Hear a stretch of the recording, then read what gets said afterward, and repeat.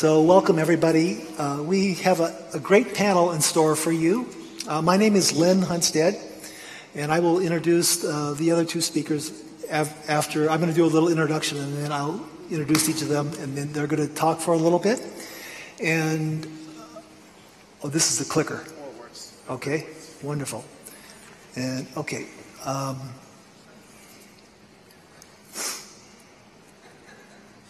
We hope to have plenty of time after. We're each going to talk for a little bit, and then we hope to have at least 20 minutes or so at the end for a dialogue with you and your experiences, questions and answers, and have it more of an interactive thing.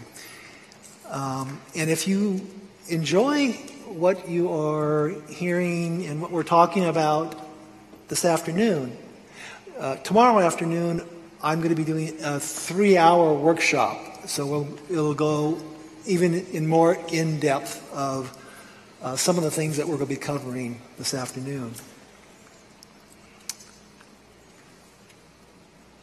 So I think that's the logistic things, and I'd like to start this afternoon with a poem. It's a Rumi poem, and it's entitled "All Evolves Us." Exuberant is existence. Time, a husk. When the moment cracks open, ecstasy leaps out and devours space.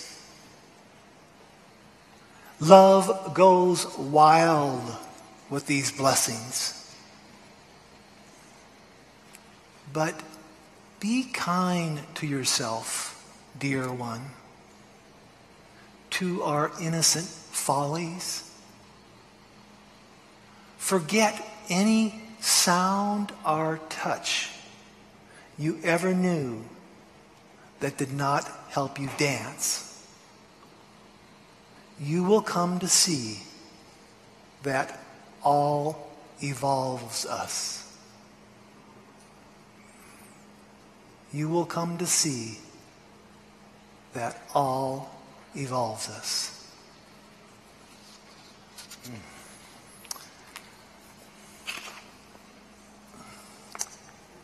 So where do I point this? So in the spirit of, I realize a lot of people ask me, what are entheogens? And so I thought it might be good to start out with a little definition of what an entheogen is. And an entheogen is a substance used in religious, shamanic, or spiritual contexts that introduces an altered state of conscious, psychological, or physiological. And entheogens can supplement many diverse practices for transcendence and revelation, including meditation, yoga, prayer, visionary arts, chanting, music, as well as traditional medicine and psychotherapy and psychedelic therapy.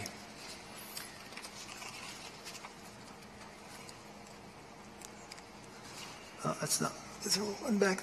Yeah, there's, and then the word entheogen is derived from two ancient Greek words, entheos and genestheia.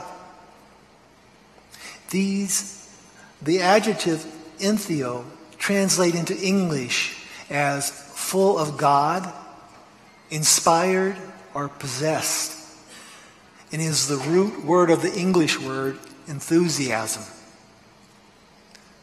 The Greeks use this term as a praise for poets and other artists. Genesthai means to come into being.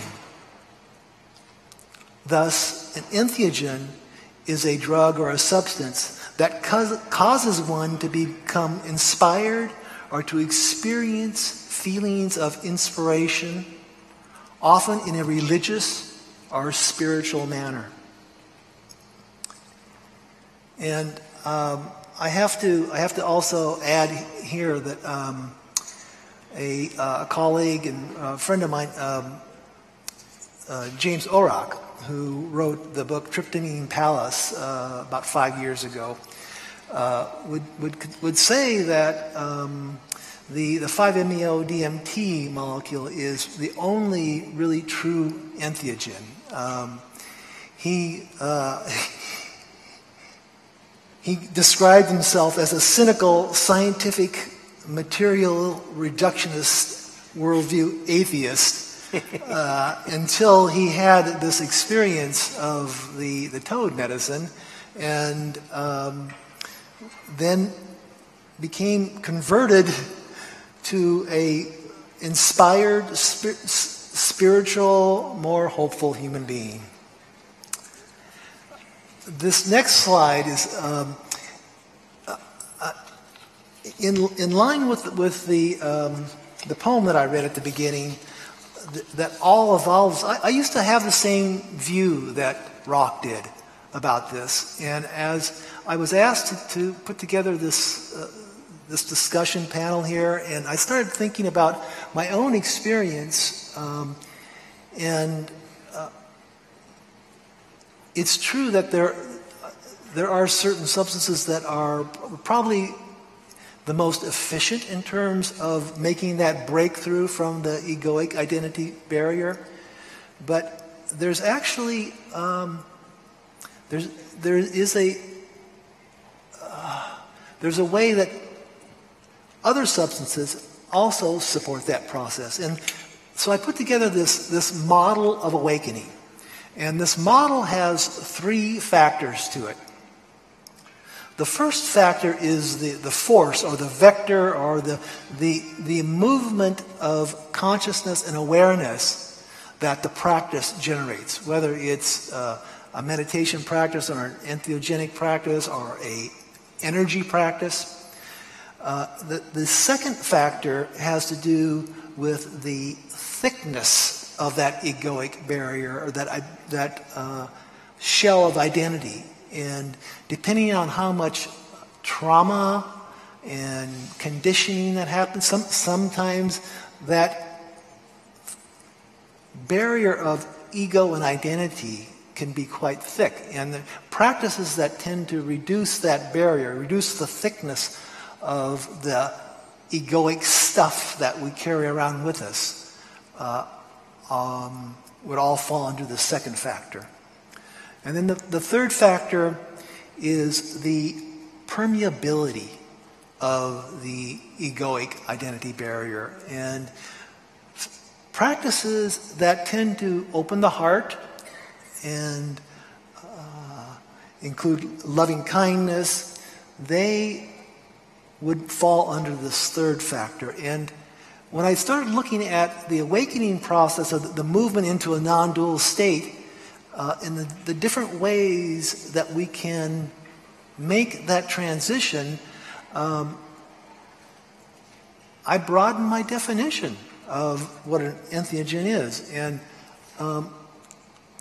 so this next slide, there's that first row is primarily what you would consider mostly traditional spiritual practices, different meditation practices. Under the first factor in terms of the force of the vector that the practice generates, meditation practices that generate a strong focus of attention, such as a mantra practice or vipassana or Zen practices. Those tend to create a strong movement of awareness, and if it's strong enough, it can break through that barrier into the infinite, into a non-dual state or samadhi or whatever word you want to use for it. I like to use the word full release. It's a full release of the mind, a full release from time and space. Ramana Maharishi's practices of self-inquiry, of asking, who am I? They tend to lighten. As you identify the parts of yourself that aren't really you, that barrier, that egoic barrier becomes thinner and thinner. And so those types of meditation practices support the awakening process by reducing the thickness of, or the barrier that we have to penetrate through. And then in terms of making the barrier, opening the heart, bhakti practices, Buddhist loving kindness practices, any heart-opening practices tend to soften that barrier, make it more permeable, make it easier for awareness to escape out of the limited confines of identity. And I don't know if anyone was here yesterday that attended the session that Marlise and I gave over in his experiential room. That was on erotic meditation. That is a new practice that we're just starting to share, and that is a practice that, it's a tantric practice that tends to strengthen the internal observer, the resting in the ground of being.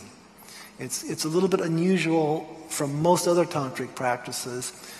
And then healing work is dealing with trauma that has been there most of our lives, would fall under the second factor of reducing the thickness of that barrier, and then work that is often more traditionally associated with some tantric work, that more ecstatic work is heart opening. And then that on the final road down there is more shamanic work, journey with different substances, and anything there that focuses on breaking through duality would be under that first factor, and that's specifically the toad medicine. That's what the quote that I read, or I spoke from James O'Rourke. Journey work that focuses on healing and reducing the thickness of that barrier, such as iboga for addictions and MDMA for PTSD, which I don't know if there's been any presentation on this conference, but there's been a lot of work done on that, and that is about reducing is that 40 minutes? Okay, I better go faster here then. And then many plant-based substances would fall under that. And then this is the end result of the process. You crack through the barrier and break through our dual state. And I just want to briefly talk about this particular slide here. This is, I had to laugh when I was making this. I used to be a research scientist before I started getting involved in more healing work full-time. And I haven't prepared these kind of charts in about 10 years.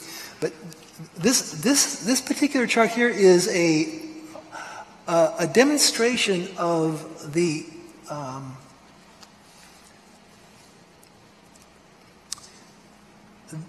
integration phase, what happens after a full release experience, of breaking through that container of duality.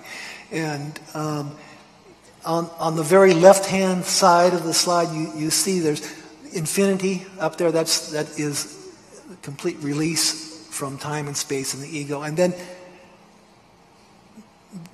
during the next 3 to 4 weeks, there is a halo effect there. And that you gradually come back to a new steady state there. And the bottom line, the red line, well, the very bottom, the dashed line is where you started the shamanic experience. The red line is the integration phase without additional emphasis on spiritual practice. And then the green line is if you put more energy into your spiritual practice and use that opening and that connection with Source and with light, you come up, your ongoing steady state is at a higher level. And then just one more slide quickly. This is the cumulative effect of working with entheogens or any kind of breakthrough practices. They keep notching up the level that you're continuing to operate on a steady state, and eventually you cross this line, what some teachers refer to as abiding awakening.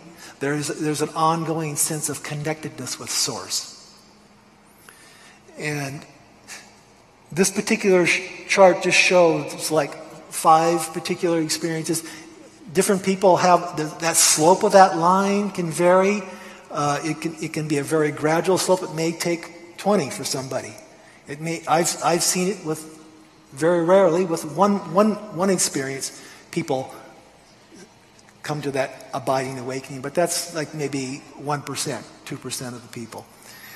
But that slope varies. But I just wanted to point out the cumulative effect of these accesses to non-dual states.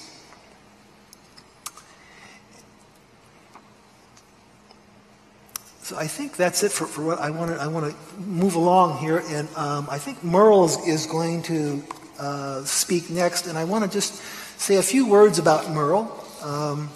Just so you know, Lyn, we've known each other for about 4 years. It is Merrill.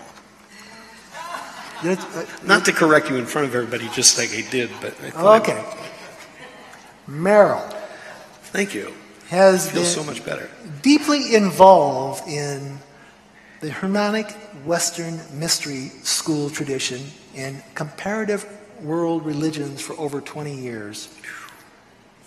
In his work over the past 7 years as the entheogenic priest, he acts as a transformative catalyst, effectively guiding individuals and groups into deeply profound states of unitive consciousness, providing them with a richer, deeper understanding of their power, creativity, and innate spiritual abilities, and aligning them with their true mission and purpose in life. He is the founder of the quintessential life transformation, in addition to serving as Bishop of the Gnostic Catholic Church. Merrill. That sounds impressive, doesn't it? It sounds impressive to me. Hi, everyone. Really good to be here. Happy to be sharing the stage with my friend Bob Jesse. And Lyn, thank you for inviting me. And want to recognize that Dr. Tom Pinkson, who is supposed to be on the panel with us today as well, is not here. So just sending him a lot of light for what he is doing. So I want to thank you all for being here. Oh, look at that. So as Lyn very aptly pointed out, the definition of entheogen is thrown up there. It was originally coined in the 1970s. It's a neologism by people like Carl Ruck and Jonathan Ott and R. Gordon Wasson to kind of replace the term psychedelic, which really seemed to be overused and really misunderstood. Psychedelic meaning mind manifesting, while entheogen, as Lyn pointed out, entheo, God within, gen from genocide, to generate the God within. If you guys don't mind, I'm going to stand up. So I just threw these slides together, but the real idea here is that entheogens are not just substances. Any practice that leads to manifesting this idea of God or source within can be considered entheogenic. So we have things like Raja Yoga, which you guys have probably heard a little bit about yoga. Raja Yoga, or the royal yoga, according to Patanjali in the Yoga Sutras, several thousand years old, at least in his codification, really deals with this idea of transcending the egoic consciousness and moving into what could be described as full states of God consciousness, what Patanjali calls samadhi, Sanskrit word. Sam is with, Adi is God. Certainly tantric practices of intimate union and different connective meditational techniques as well can also lead to this union with the divine.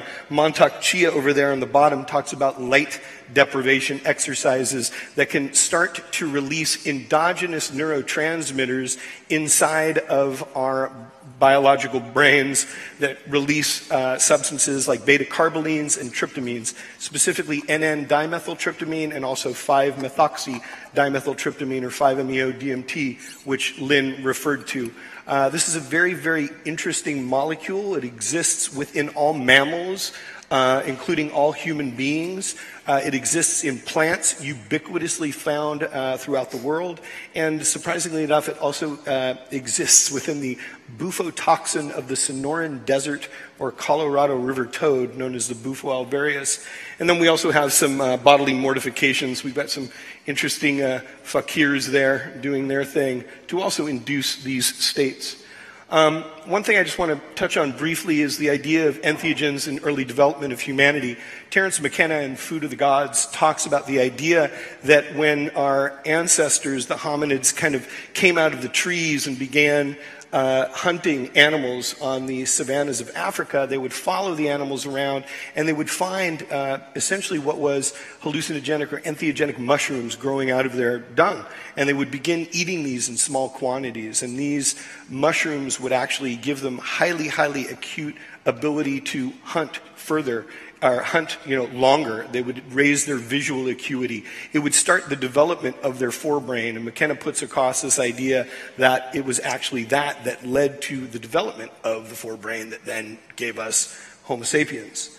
Again, ideas of pharmakos, this term pharmakeia, comes from the idea of a magician, or a term literally means a poisoner, and it's where we get our terms pharmacology, ethnopharmacology, and the idea of ethnobotany as being the study of culture in its relation to plants. And one of the things I just want to go through, and I threw a number of slides together and actually took a number out of this presentation, but I'm just flipping through them because I will hold that every single religious culture that has developed on Earth has at its very root and foundation some kind of shamanic medicinal practice. One of the slides that I don't have on here is showing the use of soma out of the Hindu tradition. The oldest religious text extant that we have is the Rig Veda. And over a third of the Rig Veda is dedicated to hymns to the Brahmin god Soma.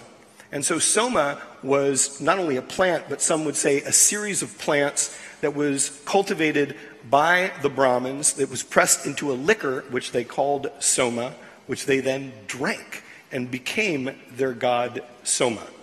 And so then, of course, they somehow lost the soma, and then the Vedantists came along with a little tradition that you've probably heard of called yoga. And in the Yogan philosophy, again, that highest state of mystical attainment is the somatic state, that union with God. And so many of these plant medicines, as well as these techniques, are really for the dissolution of the egoic function, that sense of I, which I will hold is actually the thing that creates distinction. I will hold that the egoic sense is a psychic structure, a precious psychic structure that we, unitarily as source, have created in order to create the distinction between things that creates the appearance of a multiplicity of things. And that when we can take that egoic structure, which is essentially a capacitor for consciousness, it allows a particular amount of consciousness in and a particular amount of consciousness out.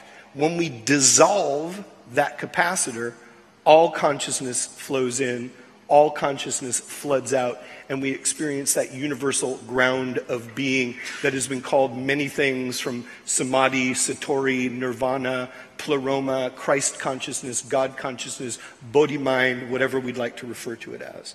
And so we have cultures like these beautiful shaman of Central America who utilize different substances. For example, the ayahuasca, also known as the vine of the dead, combined with the chacruna leaves, known as that is the Banisteriopsis caapi. combined with the chacruna, also known as the Psychotria viridis, to give us ayahuasca. And many people have been really venturing into ayahuasca spirituality as a way to expand that consciousness. So much so that now we move into current practices by the Santo Daime, one of the fastest growing religious structures on the planet right now. Also the UDV, the Unia Vegetal, which is another group practicing ayahuasca spirituality. Dimethyltryptamine, which is becoming much more popularized due to Rick Strassman's book, DMT, the Spirit Molecule, which goes into his explorations and scientific analysis of NN-DMT within humans in the 1990s. And then, of course, what Lyn was just mentioning, specifically James Orrock's book, Tryptamine Palace, references 5-MeO-DMT. Its indigenous usage here in Central and South America is primarily a snuff. It has been mixed by some ayahuasca-using tribes into ayahuasca admixtures to really kick that up a bit. There's an interesting distinction that I'll throw out there based on the research. I don't know how much time I have. I'm freestyling it right now. About 2 minutes. Okay, I'll keep going. But there's some great research, scientific research out there by a gentleman by the name of Thomas Ray. He's a Harvard-trained neurophysiologist, and he kind of has been doing some research comparing DMT as it's found in ayahuasca with 5-MeO-DMT and how it works, basically NN-DMT working on a cascade of neuroreceptors, but primarily the serotonin 2 and serotonin 7 receptor sites, whereas when he works with 5-MeO-DMT, it spikes on the serotonin 7 receptor site. And so Ray's research, which is quite interesting, theorizes the idea that the ego itself somehow has relation with the serotonin 2 receptor site, yet when the serotonin 7 receptor site is isolated, ego seems to disintegrate and leaves pure source consciousness itself, for lack of a better word, in its place. These are all indole alkaloid molecules. Here's some other important ones. So our body synthesizes tryptophan, what we're getting ready to eat when we go to Thanksgiving dinner, into tryptamine. It then further synthesizes it into serotonin, our key neurotransmitter. Look at that, I've got a pointer and everything. It then also breaks it down into melatonin, another key indole alkaloid molecule. These are essentially 6-sided rings connected to little 5-sided rings with various tails. And so these are incredibly important neurotransmitters within our systems.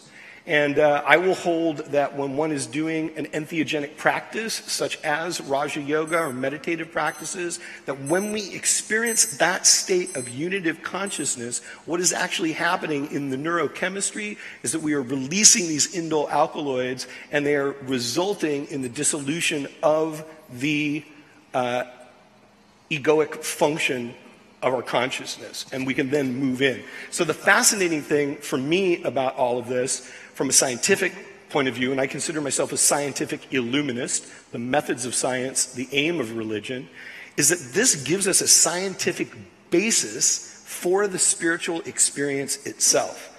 An actual chemical, neurochemical, scientific basis for that experience. And that's the thing that I probably find most fascinating about this work. About 1 minute. There is some speculation primarily put out there by Strassman, which has not been proven, that these indole alkaloids are generated in the central brain, in the pineal gland, and have some access. It certainly matches the esoteric aspects of the Sarasrara chakra being associated with the pineal and opening up. And the one thing that I want to point out that really designates an entheogen, this is Sasha Shulgin's rating scale. Shulgin is who just passed in last June, was really a, I can't even describe the amount of work that he did, but he was really a key researcher in all of the psychedelics. He has 2 books out, Tikal, Tryptamines I Have Known and Loved, and Pikal, Phenethylamines I Have Known and Loved. Massive researcher in the field of psychedelic medicines. And this was his basic rating scale. And he only ever gave, according to him when I spoke to him in 2010, two of the entheogenic medicines what he called his +4 rating, which he described as a rare, precious, transcendental state, which has been called a peak experience, religious experience, divine transformation, state of samadhi, and many other names in other cultures. He defines it as a state of bliss, a participation mystique, a connectedness with both interior and exterior universes, which has come about after the ingestion of a psychedelic drug, but which is not necessarily repeatable with subsequent ingestions of that same drug.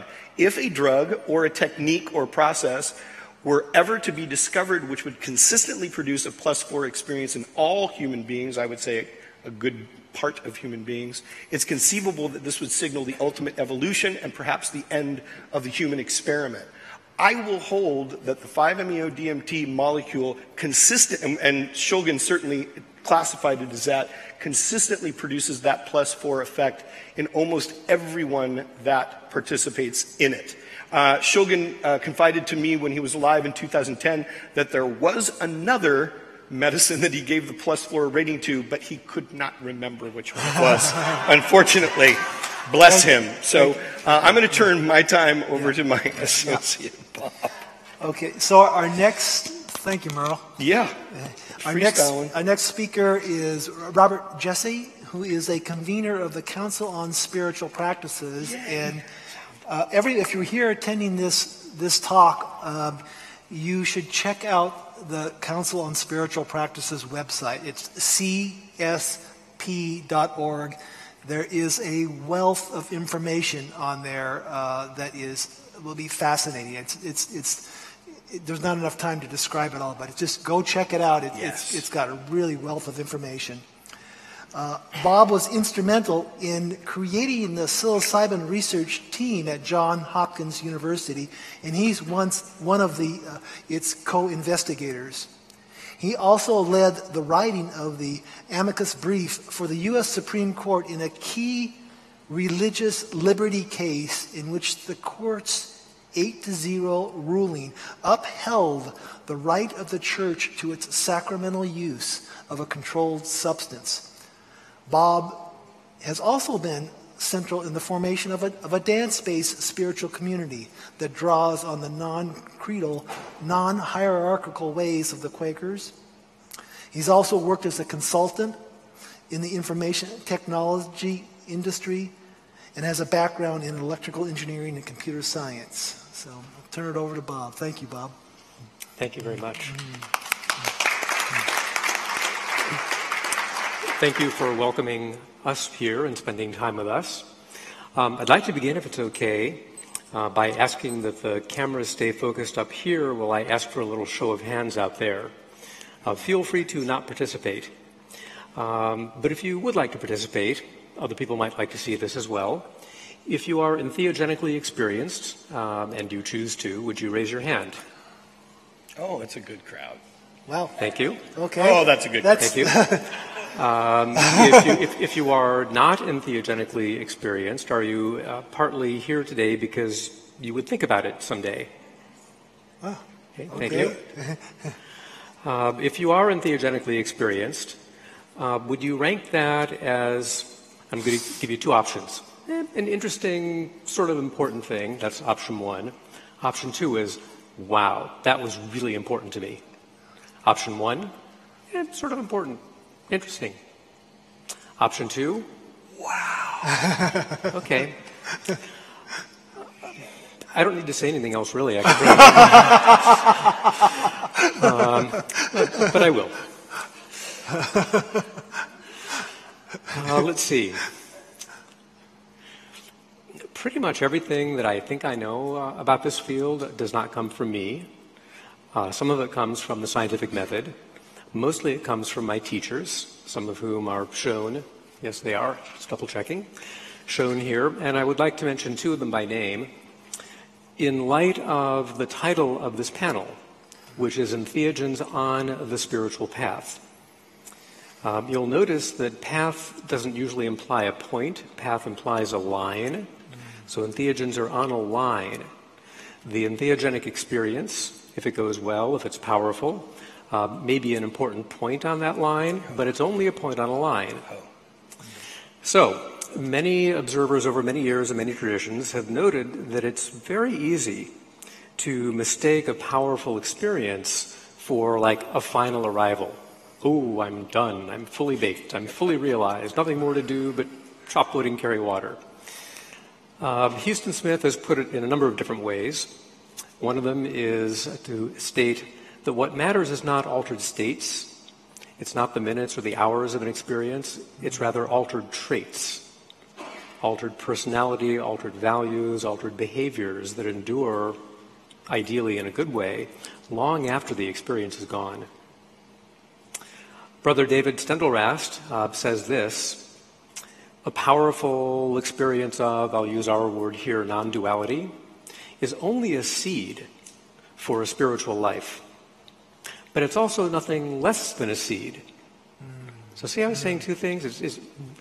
You don't get anywhere without a seed, but a seed's only a seed. It's not the mustard bush, it's not a tree.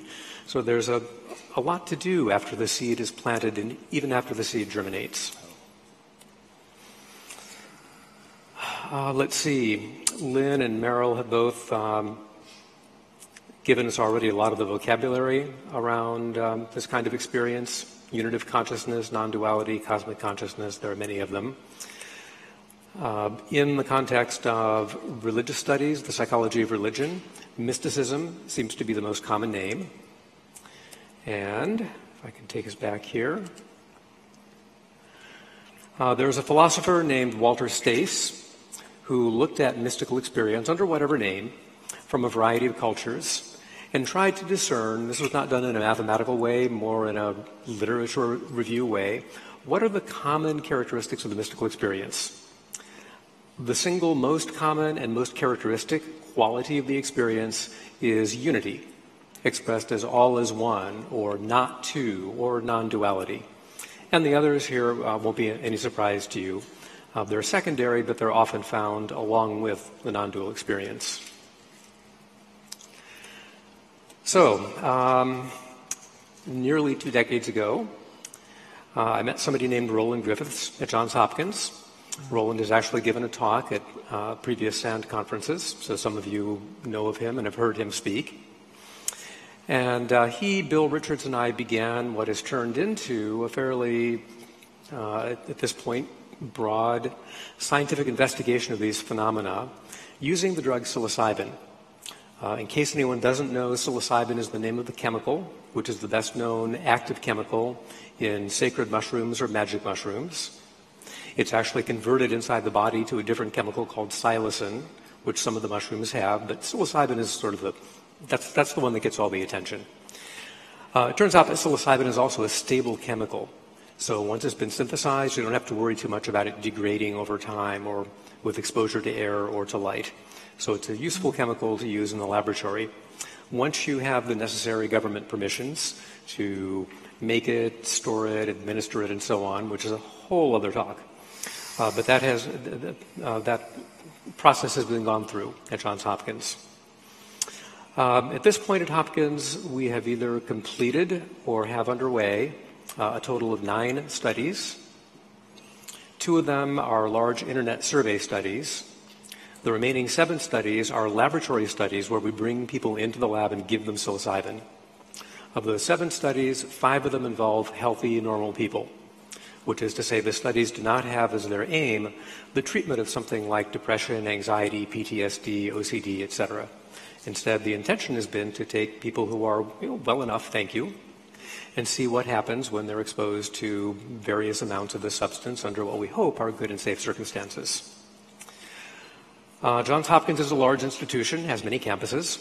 This work is taking place at the Bayview campus in Baltimore. The volunteers who are screened into our study, brave, courageous, curious people, are given psilocybin sessions in this room that has been outfitted with nice furniture, a really nice sound system, soft, gentle lighting. It is not a hospital setting. Despite the name Johns Hopkins, there's no overhead lights and beds with white sheets and nursing stations around. The intention is for it to be comfortable, aesthetic, and supportive of inner work. So I'm going to very quickly step through some of the kind of data that we collect and that we publish. This particular one, whoops, I don't know if I can make it bigger, shows the time course. The action of psilocybin takes place over 4 to 6 hours roughly. The peak is a couple of hours into it. These charts show the occurrence of mystical experience as measured by standardized, basically paper and pencil tests. I don't want to get too far into the methodology. Let's just say when people are given on a double-blind basis an active psychoactive substance, in this case methylphenidate, it very rarely leads to mystical experience or non-duality. And when they're given a large enough drug of psilocybin, it very often leads to a non-dual experience. I wish we had more time to go into this, but you already answered it with our little show of hands at the beginning. When given a sufficiently large dose of psilocybin, and the dose really does matter, a large fraction of people in our studies will say that experience was one of, to pick a number, one of the 5 most important or spiritually meaningful or personally meaningful experiences of my entire life. Another chunk of them will say it's the single most spiritually significant, personally meaningful experience of an entire life. Quintessential. And these people, by the way, have a median age of about 42, generally well-educated, worldly people. So it says something that people already with spiritual curiosity and already with some life experience under their belt will still often say, this was one of the most important things in my life. Can you make out here that there are 2 charts? One has a sloped line like this, and the other has an almost flat line. I wish I could. The answer seems to be no. Sorry. It's not too important to see the data. Just notice that there's 2 lines. One is sloped and the other is pretty flat. What this is telling us is that the importance that people ascribe to the experience long after the experience is over is not much of a function, that's the straight line, of how strong the drug effect was, about how swirly the colors or how, to use a term from decades ago, how trippy the experience was. That doesn't so much impact importance related much later. What does impact it is whether or not somebody had a non-dual experience. That's the sloped line. That predicts, it correlates highly with experience as evaluated, say, 14 months afterwards. So I'm going to give you a little glimpse of a study, the experimental phase of which is now completed. It has not been published. Roland and colleagues back in Baltimore are sifting through mountains and mountains of data. I'll sketch out what the study was and share with you just a couple of tidbits of what will eventually be a lot of findings that will be exciting to share. We called this study, we started calling it the Spiritual Practices Study. We're now calling it the Novice Meditator Study. We recruited healthy, normal individuals with some interest in spiritual matters who don't actually have much of a meditation practice. They were randomized into 3 different groups. If you ended up in group 1, you got low-dose psilocybin sessions and a standard level of support, a certain number of contact hours with a guide and checking in every couple of weeks, how are you doing, as well as instructions about how to do meditation, basic meditation instruction, how to do a spiritual awareness practice at any time during the day, a mantra practice or just an awareness practice, and also a recommendation that you journal. If you ended up in the second group, you got that same level of support, but your psilocybin sessions were a high dose. If you landed in the third group, you got high doses and an even higher level of support, more frequent meetings with the guides, and you also got, in the latter months of the study, contact with other people either in the study or who completed a similar study, so social support as well. Everything was done double-blind with steps to minimize expectancy effects. Psilocybin occurred early on in a 6-month total engagement. The recommended daily meditation practices, et cetera, continued for a total of 6 months. At the end of 6 months, we assessed people. These findings, I wish to stress, are preliminary. The data have not been double-checked, checked, and triple-checked, and I've only picked a few things out to show you. So the bars are going to go top to bottom. The people who got a low dose and standard support high-dose standard support, and the bottom bar is high-dose high support. What percentage of those people actually did a daily spiritual awareness practice? And it turns out that there was a fairly steady increase. Low-dose standard support, a little over half of the people did the daily practice. If they had a high dose, but only standard support, a few more did. Way more people actually engaged for 6 months in the recommended awareness practice if they had both a high dose and high support. About 1 minute. We asked people at the end, did the experience change your sense of well-being or life satisfaction for the better? And you see again the same progression. The people who reported that most strongly were the ones who had both a high dose and high support throughout the 6 months. How about self-reported positive behavior change? Again, the same progression. The people who reported the least, and there was still some, it's still positive, who report some positive behavior change, the smallest change, low-dose standard support, the biggest change, very statistically significant, that's what the star and the plus sign mean, were those who were in the high-dose, high-support group. But that's just a self-report. And self-reports aren't always, we don't necessarily see ourselves the way other people do. We also asked people upon coming into the study if they would nominate what we call community observers. 3 people that we could call up and give them structured interviews. Say, how's Fred doing? And ask a bunch of questions. And here we see these third-party rater reports of the same individuals and pretty much the same progression.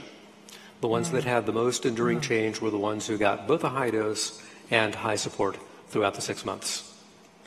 So that's a little glimpse. I would like to close by just acknowledging that science in this area, as in many areas, really lags practice. Anyone who is teaching Buddhism thousands of years ago basically already knew this, and it's just taken this amount of time for us to get around to casting a little scientific lens on it. Thank you. Thank you, Bob. Awesome. We have a mic for, okay, yeah. Any questions or comments? Steve, do you have the mic over there? Can we bring up the lights in the house? Can we turn up the house lights? Awesome. There. Okay, Ed, Steve, over here. Yes, in relation to that psilocybin study, I think it would have been very interesting to have 2 more groups. One would be a low dose high support, and then a no dose high support to see what that alone would do. So you can separate out obviously together you do best, but to really separate it out, I think you'd want more categories. I would love to be able to do that. If you know of anyone who would like to fund it, please connect us. Anybody? Over here? Yeah, I'd like to ask where you would situate a couple you drugs. Put the mic to your mouth? Mic to your mouth. Okay, sorry. Thank you. Where you would sit a couple of drugs that haven't been mentioned. First, LSD, and second, recently there have been developed some synthetic or drugs that are active at the THC receptor that are quite powerful, the JWH drugs. I think one of the ones that was in circulation was JWH18. So LSD and the THC agonist drugs. What's the question? Well, are those drugs, would they be considered drugs that would produce a religious experience? I'm not familiar with the second one that you're talking about, but certainly LSD has shown microgram for microgram that it's probably the most potent psychedelic. However, and even though there certainly have been many, many reports of the full unitive experience using LSD, certainly, when it compares to certain substances like 5-MeO-DMT, there's a real difference in the quality of experience, and especially even though dosages of 5-MeO-DMT would be higher, microgram for microgram, there's a different impact that we've found in vivo in the field with people doing those descriptions. But they certainly would be considered, certainly LSD would be considered an entheogen. Thank you. Anybody else? Somebody in the back there? We've seen a resurgence now in research around these very important drugs. Some 20, 30 years ago, we came to an absolute stop because of the behavior of some of the researchers or proponents of these. Does the panel feel that we are actually now at a different time and that this research being taken up by institutes like Johns Hopkins is going to either have that negative backlash by government and authorities around legislation, or are we actually at that verge of changing our attitude as societies or cultures towards it, where we actually might see the very obviously beneficial, scientifically, rigorously proven effects of these things, and allow that to come into our society as something beneficial? Can you comment to that? Bob, you want to talk about it? It sure seems as though it's different this time around. Yep. The university regulators at Johns Hopkins and other universities that are doing this kind of work are looking at the protocols very carefully. So I don't think it's showing up for anyone as doing research on another antibiotic. It's in a different category. And yet the institutional review boards are saying yes. I do know of some elders in the field who think that the possibility of some kind of a backlash is not zero, and everyone wishes to proceed very carefully. Would definitely agree with everything that Bob said there.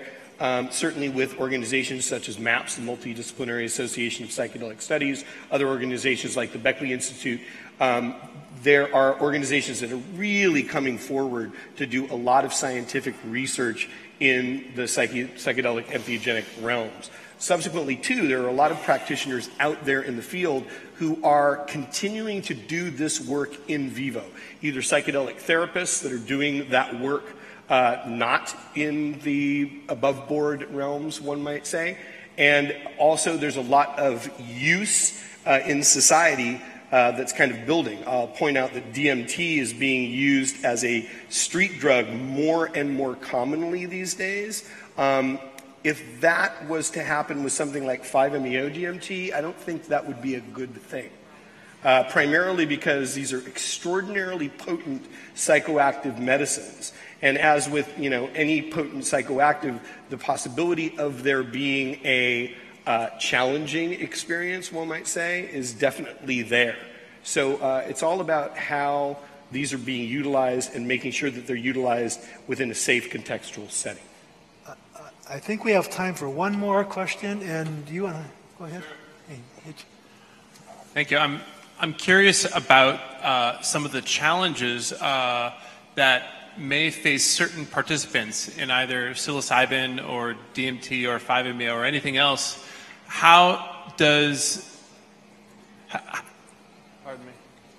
how do you determine, or how does one determine on themselves whether they're a good fit for this type of entheogenic meditation? And what are the repercussions if they make the wrong choice? Are there any side effects that could last in a bad way? Excellent question. It's a very complex answer, though. There are side effects for people that aren't prepared or that do not use these substances in a sacred container. And there needs to be a lot more research done on who is appropriate for these experiences and who is not appropriate. Right now, I think a lot of people are using just their gut feeling about what is appropriate and what is not appropriate, and that works a lot of the time, and some of the times it doesn't. But there's a real need for knowledge in this area. Either of you want to speak to this? First of all, thank you for asking the question, because it allows me to fill in something that I omitted, which is to underscore that we very carefully screen the volunteers that are taken into the work at Johns Hopkins. By and large, we are working with psychologically robust individuals who are, you might say, fully formed, not adolescent, adults, successful, well-adjusted, who have some sense of place in the world, and a certain openness to experience. There's one screening criterion that we do use. Somebody with a family history of any kind of a psychotic type disorder may have a predisposition to it, and an entheogenic experience, for that matter any strong experience, a meditation retreat, stands some chance of triggering a first psychotic break. So that's about 1% of the population. presumed to have a genetic predisposition to psychotic type disorders. So we screen them out just because we wouldn't know what to do. Curiously, some number of decades ago, there are some people, Stan Grof being one of them, who would actually use entheogenic materials to treat people like that. However, I believe that was done on an inpatient basis, and it's just beyond what we know how to do at this point. Yeah. Thank you. And just to go into that, I think screening is really the key, but you cannot always screen out everyone. You know, as with any powerful psychoactive, the possibility for having a challenging experience is always there. In the Western mystery school tradition, they called these the ordeals. And the ordeals were actually meant to be embraced, not shunned.